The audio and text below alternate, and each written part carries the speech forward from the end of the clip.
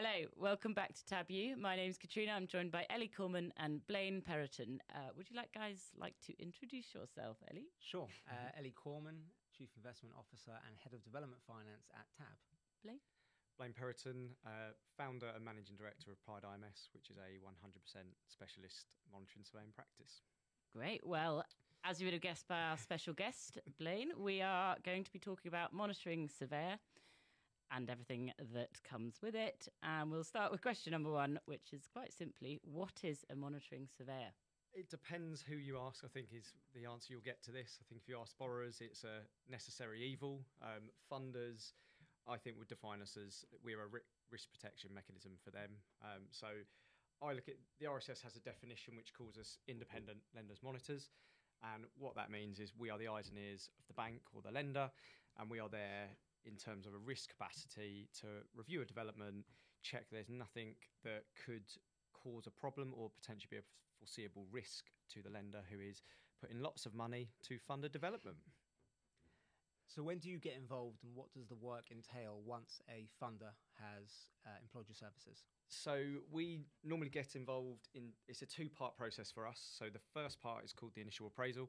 So that the lender has spoken to a borrower, has received some form of terms and some information, in some cases SODL information, and that's the bit that we then have to try and access for the bank. So the initial appraisal is us basically setting the story and the scene for the bank to say, in principle, does this development stack? And in that, we look at costs, we look at programme, we look at statutory consents, surveys, so anything that may possibly be a risk on the development, and we review that and then put forward our assessment to the bank to say, yes, tick in the box, we're good to go, you're able to lend money on this deal at this moment in time.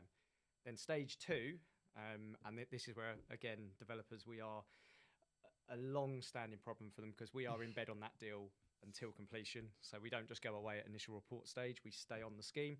And then normally we will then be involved in the scheme on behalf of the bank, and we are the eyes and ears of the lender. So we will go once a month or a period as defined by the bank and the lender, and we will go and review the progress, review what's going on site, cost, programme again, statutory consents. And again, we are very much the eyes and ears of the bank throughout the whole project. Would a borrower have its own monitoring surveyor if it, let's say, you're going to be there no matter what on the lender, and the borrower was like, hang on a second, I don't agree or whatever, would they maybe be able to hire their own monitoring surveyor to work on their behalf? And how does... Yeah, they certainly couldn't appoint us. So that would be a huge conflict of interest. So we are acting specifically for the lender and the bank. And they can appoint a monitor, but my argument would be they shouldn't really need a monitor because it's their development. They normally have their professional team, which would comprise a quantity surveyor, a project manager, a site manager. So we're not undertaking them roles. We do not act, and we are the only firm in the UK. We don't act for developers or borrowers because there is a conflict of interest. We solely act for lenders. But yeah, in terms of a developer, normally they have either an in-house capability where they'll have their commercial team and their programs team, or they can appoint a surveying practice who would be acting on behalf of the developer in a QS or project management role. Yes, so that makes sense. So on behalf, for the benefit of our viewers, what's the difference between a monitoring surveyor who works for the bank and a QS who is part of the developer-led team? Yeah, so it's much to my upset, we often get referred to as a bank QS. And as I detailed earlier on, actually our remit is a lot more all-encompassing than that. So we don't just look at the QS. So actually, probably the easier way is, what does a QS do? And then I'll tell you what the monitor. So a QS is purely looking at costs, procurement, and budgetary measures for a project. For listeners, what does QS stand for? Quantity surveyor. There we go. I should have said that. Or bean counter, as we're often referred to.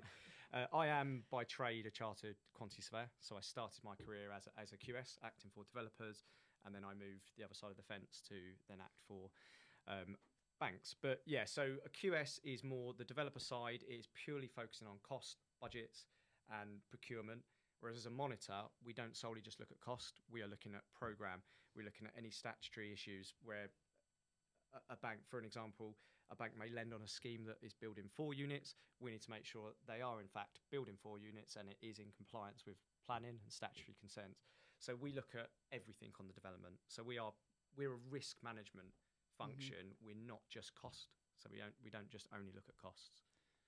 Cool. And I guess moving on to question number 2, does the monitoring surveyor only look at property developments, or I guess do you look at residential, commercial? As lenders, tab, we employ our valuers to look at properties for valuation purposes, but often there could be the exit may be a development finance.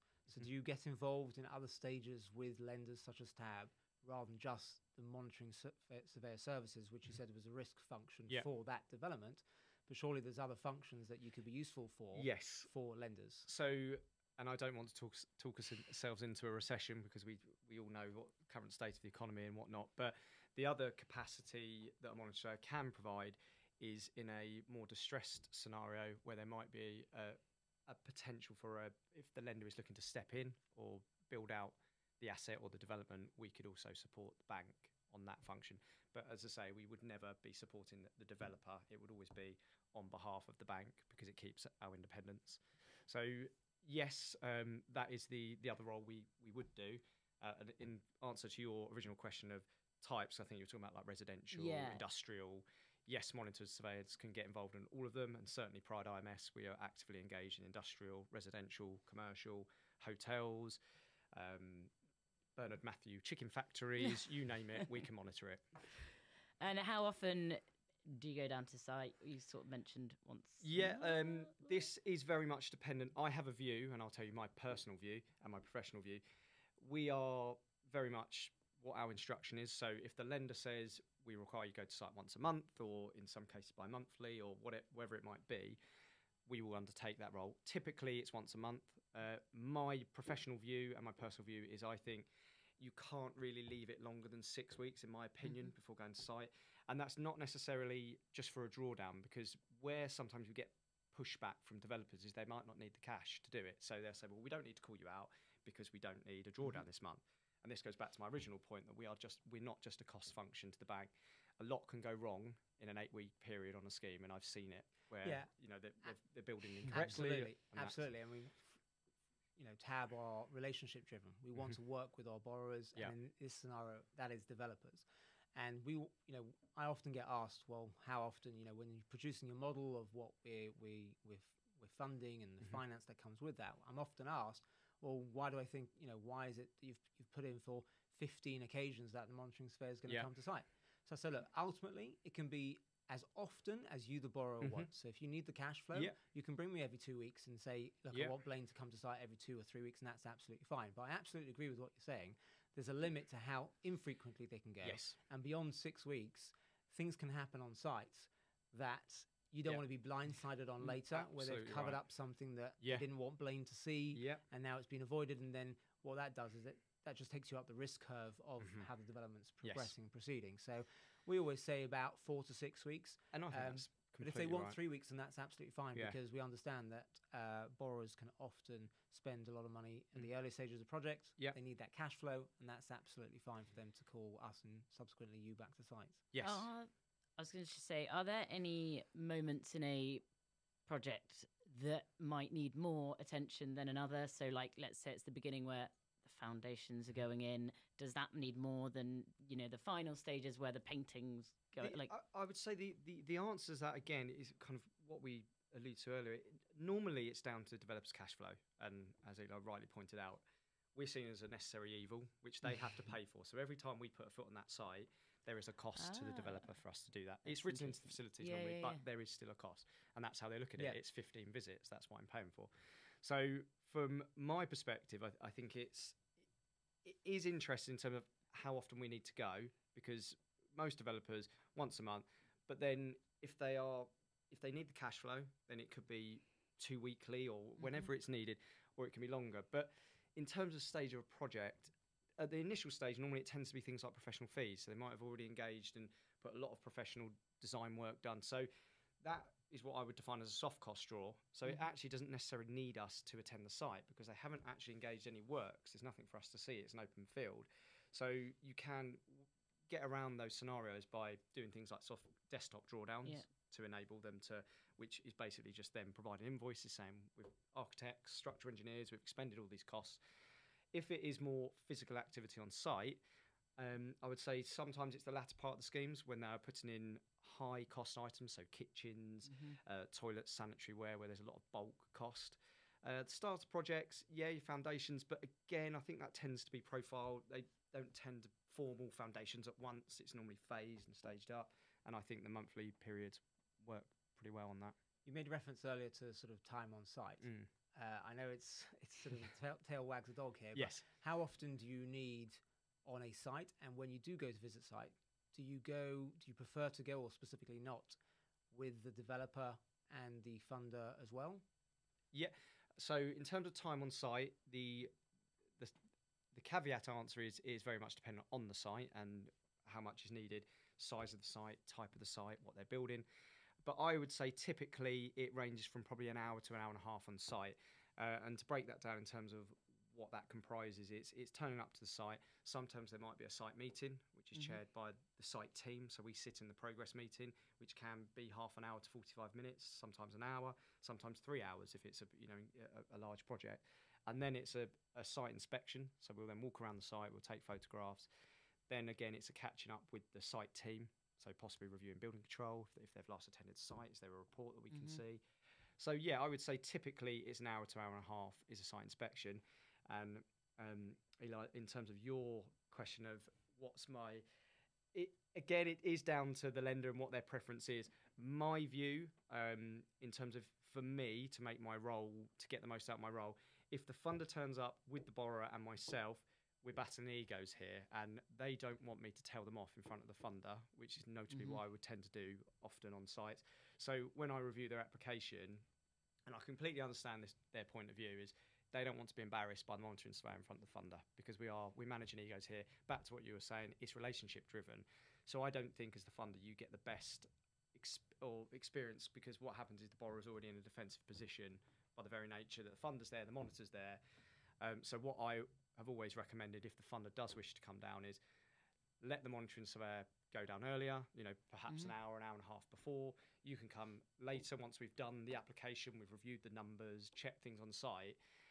Because I say it's that managing the egos, managing the relationship, and I've never seen it successfully done where it's us walking around with the lender and the borrower, and we're saying, well, you've claimed for windows, I see no windows. That's kind of it's absolutely. That embarrassment factor. Absolutely, the lender's always looking for the utmost scrutiny. Yes, and the developer's looking for the most relaxed life. Yes, and you have to sort of marry the two together and manage expectations on that. It's one of them. We're paid to go in and go for jugular and make sure, so enable us to do that. We are independent as well, and I do repeat that if there's things that the lender's also not doing correctly, we also have to notify that. So we are an independent party, but obviously we are there to protect the bank. And I just think in terms of that independent capacity, if we're walking around there as your kind of attack dog, it just doesn't look.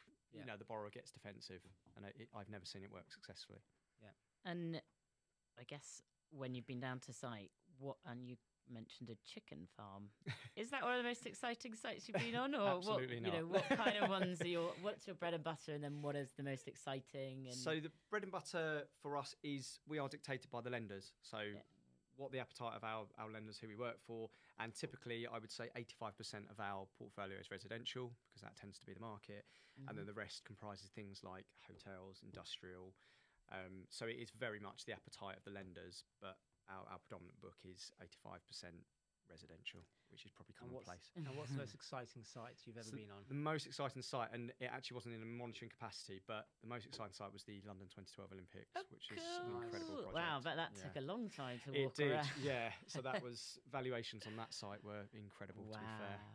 And the scariest thing was it was all public money that was being expended on these drawdowns. But that was, for me, I still go to that site now, and it still holds a very special place for me. Yeah. Knowing at the time, I was a very minor role. I can't say that I built the whole site, but even that little part that I played, and it was on the aquatic centre, was brilliant. Cool. Also, so cool to see it being built, and fantastic. first eyes on what. Oh, that's really cool. Good. But I think the thing with that project, in construction terms, there's called the unholy trinity, which is cost, program, and time. So time was the key factor on the Olympics. It had to be done by 2012. And in that, when you focus on one priority, the other parts of the pyramid start to lose, which is cost. And quality and time were actually spot on, but the cost, as a QS on that site, the numbers were extortionate. It was unbelievable. Was that also the most complicated site you've ever been on? I wouldn't say actually it was the most complicated. It at the start of the site, for those who may remember what Stratford looked like, it was unexploded bombs and it was marshland. So the actual enabling works on that site was incredible, and I was involved on the enabling works, so I was there from very, very early doors. So that was really complex. But in terms of actually a scheme I am actually monitoring at the moment, and they're just about to complete, is the Redlands High School in Bristol, which is being delivered by Juniper Homes. Now, that scheme has, I would say, arguably every type of build that you could imagine on a site. It's got part new build, it's got listed, it's got permitted development, it has refurbishment, it has new build, and it's a fantastic site. And I can only kind of implore people, if you are, they have a website located for it, and it's an incredible achievement what they've done, especially on the fact that they've delivered it during COVID, during all the different political kind of dramas we've had, and they've managed to deliver it, and the product is fantastic, but really complex in terms of how that is managed and how, from a cost perspective, doing the initial appraisal, reviewing different cost benchmarks on all different types of projects, but they've managed to deliver a really good project, and highly complex, that one. Well, I'll look at that one. Yeah. As will I. If we move on to question number 3, what kind of tools does a monitoring surveyor use? Very typical. I'm quite old school in terms of, for me, technology always seems to fail you, so I'm still very much a notepad and pen type of surveyor. I know other people walk around with their iPads and the technology. Just for me, I have all these technology things, but they always tend to run out of battery as soon as I turn up site. So really the most critical things for myself, and I would say for most monitoring surveyors, is your phone in terms of taking photographs of the site. I know that back in the day it was a separate digital camera that we used to carry around, but now phones are so good in terms of quality of photos, they're probably better actually than some digital cameras. And notepad and pen in terms of walking around, marking up. I actually take a floor plan with me every time I go around, so a site plan, and I can go around and actually mark up on that. But pen and paper is by far the most critical implement, I think, for a surveyor. And how are you presenting your findings? I mean, presumably it's not a scanned copy of your notes. But no, it's forgive not. me if it is. And I wish it was. It'd make it a lot quicker. No, it's so we following site inspection and going around reviewing, then we produce a report that is issued and published to the bank and the lender only, not to the borrower. So that report is, again, it's kind of defined loosely by the bank in terms of what they want to see and what they want us to cover off, and then we kind of fill that in terms of what's the state of the cost, what's the state of the programme, status on site, quality. Now, whilst we're not necessarily qualified in terms of quality, if we go and see a brick wall and it's wibbly wobbly, it's something we should be flagging to the back. Yeah, we will take a judgment and say, we deem there could be some quality issues on this site. Health and safety issues, something as well that us as monitors and lenders are also liable for, which I think a lot of lenders forget. Under new health and safety and CDM regulations, the lender is responsible for a scheme that they are lending on if there's health and safety issues. So we should be flagging that as well. And that report is published to the bank. They review it, come back with any queries potentially. Hopefully there's none, and release their drawdowns based on our recommendations. On very high level, how do you present to the lender, or how do you point out to them some of the key points that are of risk? So whether it be time, cost, health and safety, is there a method within the report that gives them those highlights quite quickly? Yep. So I can only speak of my firm, but I'm pretty certain, I hope it's kind of industry standards. We work with a RAG system, so a red, amber, green, almost like a traffic light. So in the report, green tends to be, we're all good, no issues.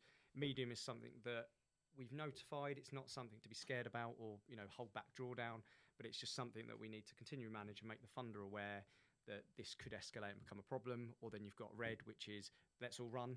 We're not doing any drawdowns, and we need to make sure this problem is either mitigated or how do we work around this issue. And what kind of red problems do you find that come up that your advice to the lender is hold on from the drawdowns until we've resolved this? Oh, cool. How long have we got? So a current issue that I had on a site few months back was that they had been shut down because of health and safety reasons, which had been flagged. So we had raised it in the back. It was, again, little things like very messy site. And I know these are really silly things, and it is a construction site, so I'm not expecting it to be you can eat your food off the floor. But in some ways, it makes it a dangerous environment for people to work around. Absolutely. Ladders and things not being tied in properly or not being protected. Edge protection when they're taking it down to put up plasterboard and dry lining. You know, these are slip hazards, and we flagged these things 6-7 months ago. We always make the site manager aware on site, but then when we leave site, whether they action these points, that's another thing. And I think what happened in this scenario, we had made the bank aware. The health and safety inspector came around and said not compliant, shut down, and you've got to shut down for 2 weeks and make good.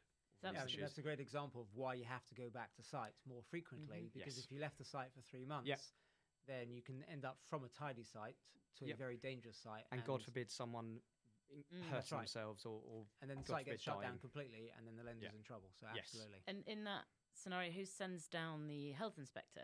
Is like if it's the lender's liable? No, to so there is a requirement. So under CDM regulations, dependent on the size of the scheme, they should be having regular health and safety inspections. Maybe that's another podcast, eh? Find one. And does anyone ever challenge a report?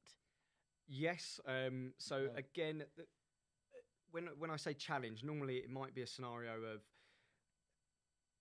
where we may disagree with a drawn application from the borrower. The good practice in terms of monitoring surveillance should already be negotiated and discussed and agreed with the borrower. What I think is incredibly unprofessional is the monitor surveyor to reduce down a drawdown application, send it to the lender, and then the lender gives them 50 grand less than what they're expecting. That's incredibly unprofessional and, again, not good for relationship purposes. So by definition, people challenging it, that would be, in that scenario, the borrower giving them an opportunity. If we go around and say, look, there's no windows on site, you've claimed for 100% of windows, absolutely not, go away, we're taking it out. But then if they say, well, here's a pro forma invoice or a deposit payment, then that's different. So we're giving them an opportunity to justify what they're doing. And it's not a case of we don't trust the borrowers or developers, but we are a risk protection mechanism for the bank.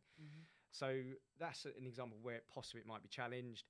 And then in terms of, we don't really get them challenged by the bank because ultimately they're appointing us to advise them. So I think where we've flagged, the only times where possibly may get a challenge would be you've mentioned a delay on site. You know, the borrower is telling us that they're still going to come in on 12 months. You know, is this because the lender's always going to be looking at the facility term. Whereas if we say, well, no, actually, we based on progress to date or, you know, cash flow run rate, this can't be done. So I think that's where the lenders want to make sure if they've got to go back and have a possibly difficult conversation with the developer about increasing the facility and all the lovely fees and whatnot that come with it, that's where they might challenge to make sure that, you know, it's not us just being overly cautious. So that's an example where possibly banks or lenders might come back and say, are you happy with these dates? And I guess moving on to question 4, we sort of already touched on this, but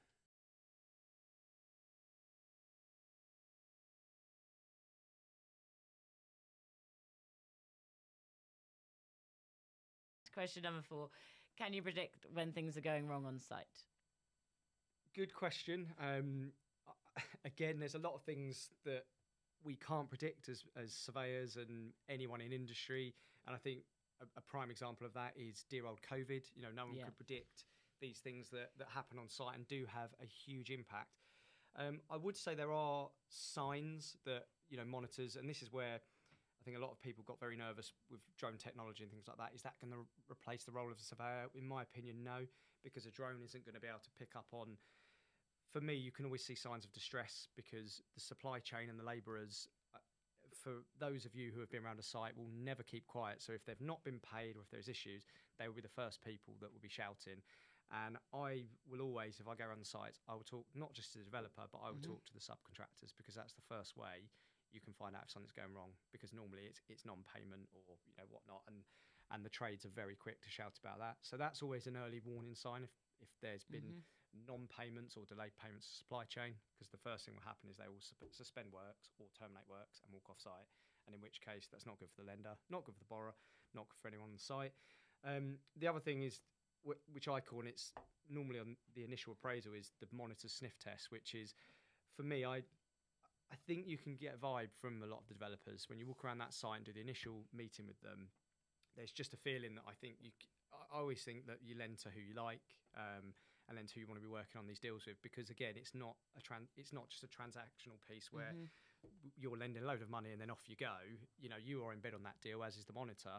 So it's a relationship industry, and I think that's what you should be lending off. So it's looking at the borrower, and is this someone I can work with and I can deal with? Because it is a very, very close relationship, as much as people don't think it is. It is. That facility could be 18 months, it could be 4 years, depending on the scheme. So it is a long time to be working with someone. And that initial sniff test of, do I trust this person? Would I, if it was my money, would I lend it to them? These are all questions that I think a lot of experienced monitors tend to ask as well, because I think it is important, and that does help our view. And when we're looking at strategy and risk for the bank and reporting back and saying, well, actually, we've got a bad vibe about this. We don't really trust what they've been giving us, and the information's weak. So, approach with caution, Mr. Lender. Yeah, absolutely. We take that view 100% ourselves. When you're lending on a bridging loan, it can be very much asset-based lending. When you're lending on a development site, asset is just a part of it. I'm not even sure I'd call it 50% of part. It's just a part of it. The other part, and probably the bigger part, is the lender. Who are you lending to?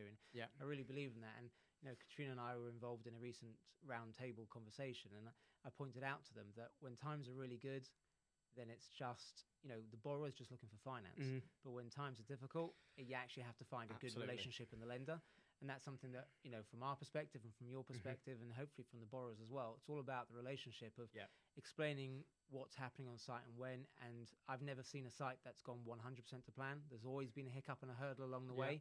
And it's about how the team together, and that's not just the borrower's team, it's also the lender's team and the man in the middle, Blane.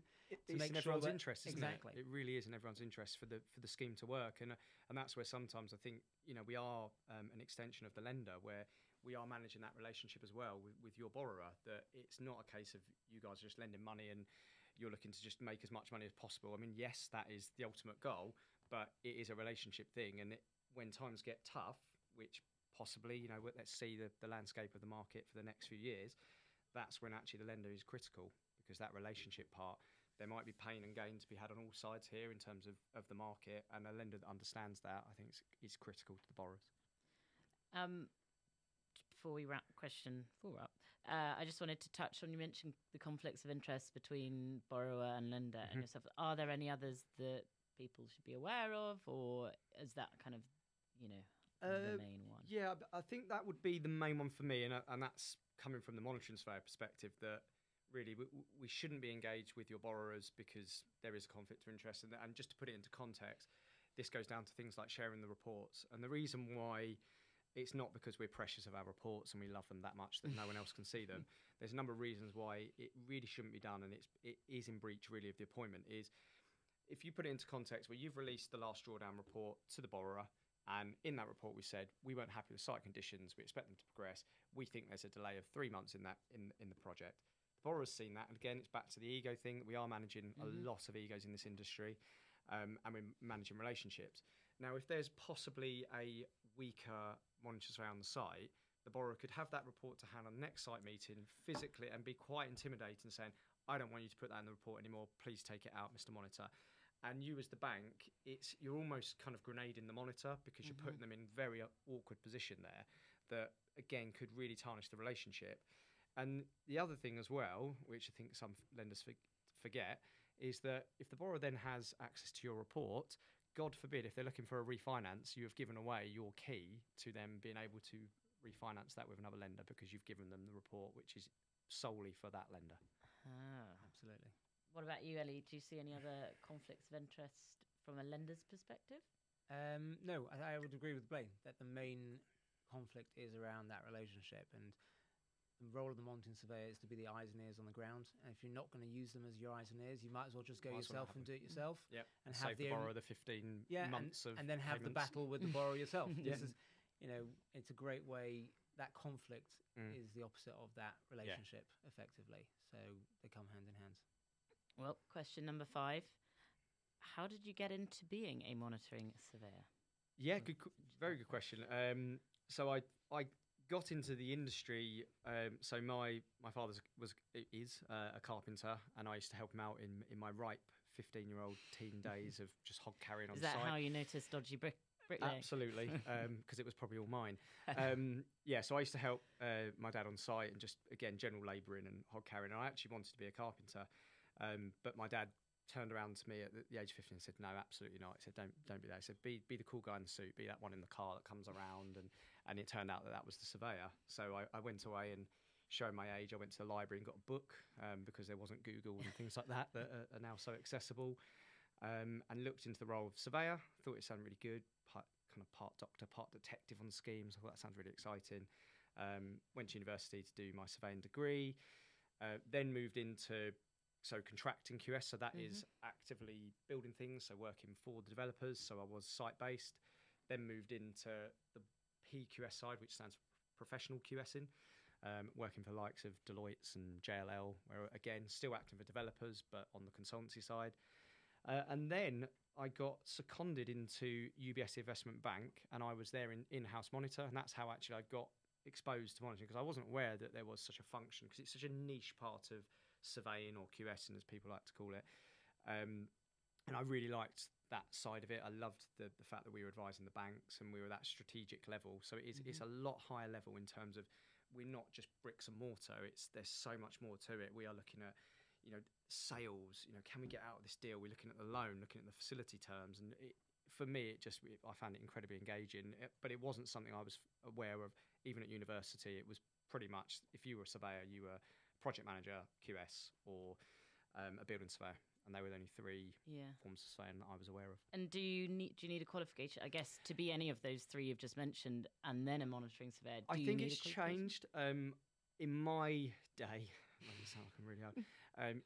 In my day, it was pretty much a case of, you had to go to university, get a degree, and then become chartered.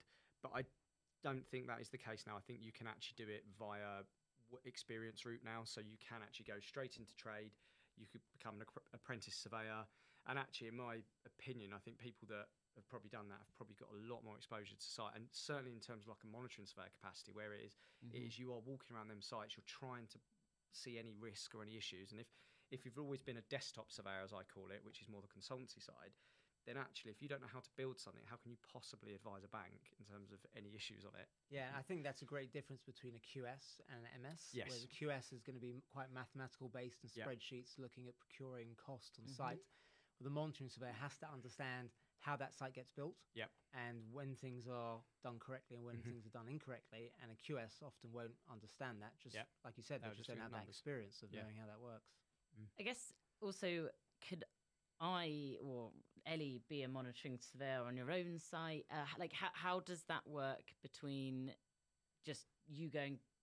As a lender, do we have to hire a monitoring surveyor, or in theory, could you go down? But you would, because it's better. I think it would be down to the experience, and a lot of lenders, and I'm probably going to get told off for saying this, but a lot of lenders have started to consider the in-house capability of a monitor. I don't disagree with it, and I understand why they're considering, but I have a very strong view of this, rightly or wrongly, is it goes back to the same position of the independent. We are there to tell the lender things that not necessarily want to hear. It's what they need to hear. Now, if I started working for TAB and Ellie came at top of me as my boss and said, "Nope, we don't want you to say that. Don't say it," then actually you've kind of mitigated the whole point of that independence. That I can say, this scheme is crap, don't lend on it. That is the position, and we're there to protect you, because I'm not making any more money or any less money by doing this. It is the role that we are there to undertake. And I think sometimes if you're payrolled, I think you lose that independence. Yeah, is my view. Absolutely. And we take a view that it's probably project size for us. So if you've got something that's a smaller refurb, so we've got a borrower who's looking to refurbish a very large 3-bedroom flat, and the total cost of that refurbishment is £200,000. We could probably do that in-house without the need to bring in somebody external. But when you're looking at, let's say, someone developing 4 flats, costs go above 600, 700 million pounds for that, then I think it's horses for courses, isn't it? Yeah, I think I agree with that. I don't think necessarily a monitor needs to be on every single scheme, but I think, again, it does depend on that scheme. If you see a scheme that's technically quite complex, and again, regardless of value, you know, it could be quite a highly complex scheme where you think actually it'd be nice to have that extra safety net. Then, so that's my view. I don't necessarily advocate monitoring every single scheme, but I think it's quite similar to evaluation. Yeah. Before we lend, we go out and get a valuation. Now, I can do my own research on the value of that property and take a view myself. But ultimately, that's the person who does it day in, day out, all day long, loves doing what they're doing, is excellent at what they do. And that's the value that Blane and Pride can bring to TAB and other lenders. And I guess just finally, what are the best bits or what are the bad bits? Let's start with the bad bits because I'd like to end on the best bits. Yeah, so the bad bits, which to be fair, is the role which we're there. I mean, I generally love my role. I skip out of bed. I generally don't ever wake up thinking I don't want to do this. I love what I do. But I think the bad bits are when possibly it's not necessarily a deal going distressed because, as Ellie rightly pointed out, it's a risk industry. Things go wrong. That is just the nature of the beast. Development is risky by its very nature. It's how we manage that and how we work together as a team to get over the line.